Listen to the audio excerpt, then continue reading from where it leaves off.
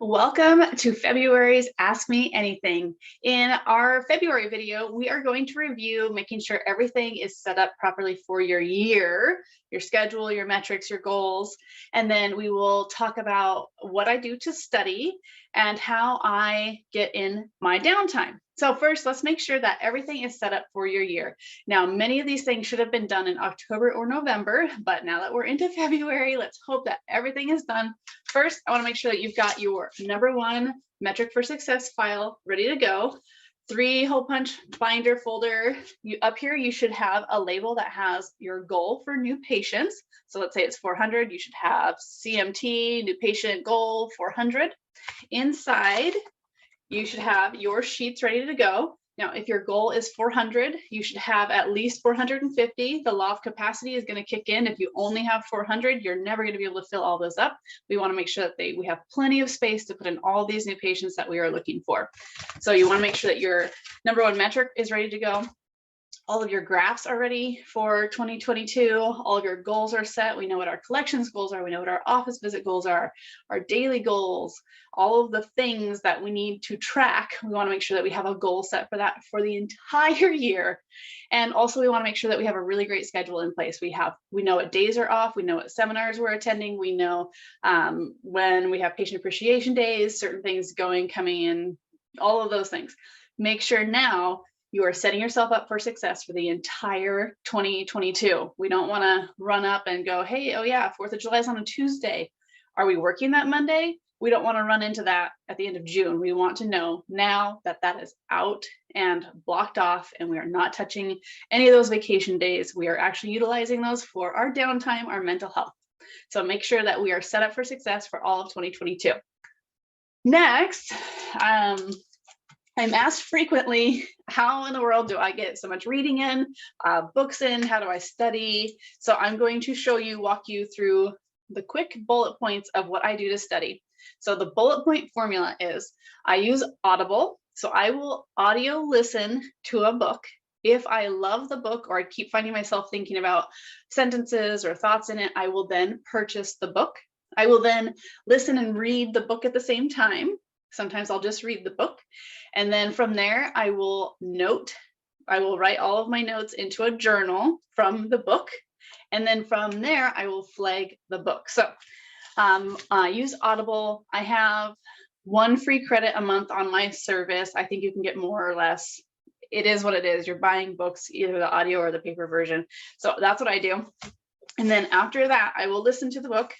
And then I will get the book and I will read the book along with the audio. And as I'm doing that, I'm making underlines in here, different things that I want to make sure I write down. Here's a good one right here. And then from there, I take all of these underlined parts of the book and I will write them out in my journal. So I have these referenced ready to go. And then after they are written down in the journal, I will then go through and flag it. So I'll know if I just wanted to pick up this book real quick, I can go to any one of these tabs and there will be something like an aha moment right here. So here's this one right here. No one knows their ultimate ceiling for achievement. So worrying about it is a waste of time. And then I can go, and there's a lot on this page. So I'll read more or less or think about whatever that spurs into my mind. So that's how I study. Audible is amazing because I can listen to it in the car. I get about 7 hours in the car a week, more or less. So that actually is a really great way to utilize my time there and read a whole lot more books than I would be able to sitting down and actually trying to focus on a book. That doesn't work for me. So this is the system that I have found for that. Some books I don't always purchase. If I listen to it and I'm like, okay, yeah, that's pretty great, but I don't want to study it, then I won't purchase the book. I'll just keep it as the audio. I'm in one right now, The Tribe of Mentors. It's about an 18-hour audio where I'm getting little tidbits, but it's not one I want to pick up with the book and read together. Where these ones, I have found that that's pretty great. So these were my January books. This one's all ready to go back on the shelf. It's been noted, it's been flagged, it's ready to go. This one has been read And I'm working on getting my notes out of here into my journal, and then it'll get flagged, and then it'll get put away for just fun reference. One other thing that I also do with my books is I actually will write in the cover of when I purchased them. So I love reading the books, and I have a huge stack of books to get through. So it makes me feel really good when I see one that I'm getting closer to in years, where it's not like been 2 years since I purchased it that I'm finally getting to it, but it's one that's more recent. I'm like, yes, this is exciting. Or I've got books like this, The Law of Success, that I've been through 3-4 times, and it's pretty beaten up, but I've had it for 4.5, 5 years. So it's kind of cool to see those as well. So that's how I study my books. How do you study your books? I'm very curious how other people do it. How do we get in so much information in a little time without having to get up at 3 a.m. and stay up until 10 or 11 at night? Because there's only so much time in the day. And then lastly, my downtime. What in the world do I do for downtime? I'm actually going to shift over to a video and kind of show you what I did for my downtime this past year. I always take what I call a quiet retreat, take 3, 4, 5 days, take some books, take some things that I need to process through, set up my goals for the year, and just kind of, rehone and re-energize, recharge me. So I'm going to hop over to that, and then I'll catch you guys in just a minute. Hey team, it's me.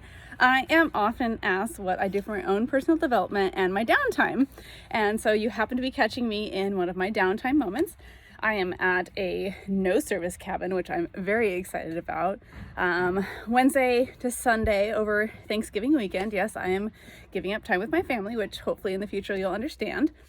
And it's been fantastic. So in the future AMAs, I will discuss what I do for personal development.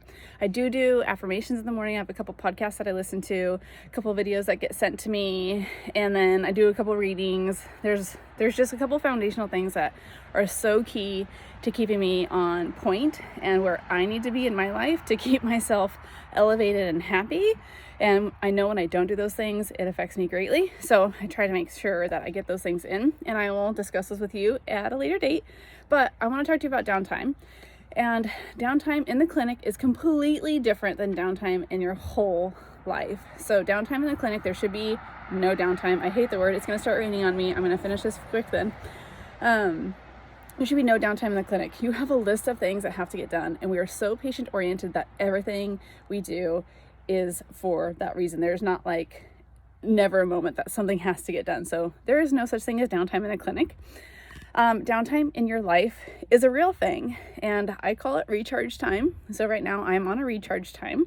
The rule of thumb is for every 60 days, you need to take 1 extra day off. So in the clinic, that would mean you're working January, February, and then you take an extra Friday off. Now that might mean you take the Friday off from patients. You might stay home, or you might be in the clinic just catching up or just being there. We all know that being in the clinic without patients is so much more gratifying than with patients. And I say that with love for our patients, but being in the clinic without patients, it's just a different feel, and you can get so much more done. So just keep in mind that you all need your own recharge time. And that would mean taking time out of the clinic to work on yourself and work inside your business. For me, I am at this great little tiny house, which maybe I'll flip around and show you. It's like 450 square feet. It's tiny. It's got a little wall heater to heat the whole thing. I'm in Tum Tum, Washington right now. There's lake behind me. Who knew it was geese watching season? I don't know if any of the geese are out. There's tons of ducks back there though. And so for me, what I have is there's no service here. And I knew that. So I brought my giant fluffy blanket and some DVDs and a huge stack of things that I want to try to process. Brought my piano and a ton of junk food, which I'll probably eat, which I don't eat a lot of, but maybe I'll eat. You guys actually might get to see Bella too. She's popping around here. So what are you doing for recharge time? How are you escaping regular life to get yourself in charge? It's really hard being successful, and it's really hard, and it's actually really lonely. So on a weekly, monthly basis, what are you taking time out for just you? Are you doing a stretch class, a yoga class? Are you in the sauna? Are you just driving 30 minutes out and back so you have an hour of round trip time to listen to what you want to, or not want to or just think. So what are you doing to recharge you? Because you're the only person that matters, and we live in this giantly selfish world. And it's okay to do those things for yourself, because if we can't show up for who we are, then how can we contribute and impact others? And that's the biggest thing. My goal and mission is to impact others so that they can impact others, so that they can impact others, the 6 degrees of everything. It's incredible, and that's what I want. But if I can't show up, if I don't feel good about things, there's no way that I'm going to project that onto somebody. So how are you doing that for yourself so that you can show up for yourself, your friends, your family, your patients, your team? So be thinking of those things. It's really, really important. So recharge. Think about how are you recharging. Also, while I'm here, I'll be 5 days over Thanksgiving weekend. I am giving up Thanksgiving from my family. I will not see them. They all understand. I come from a very successful family style, but also discombobulated family. So for me to take out 2 to 4 hours to hang out with people that I don't want to talk to, they all understand that.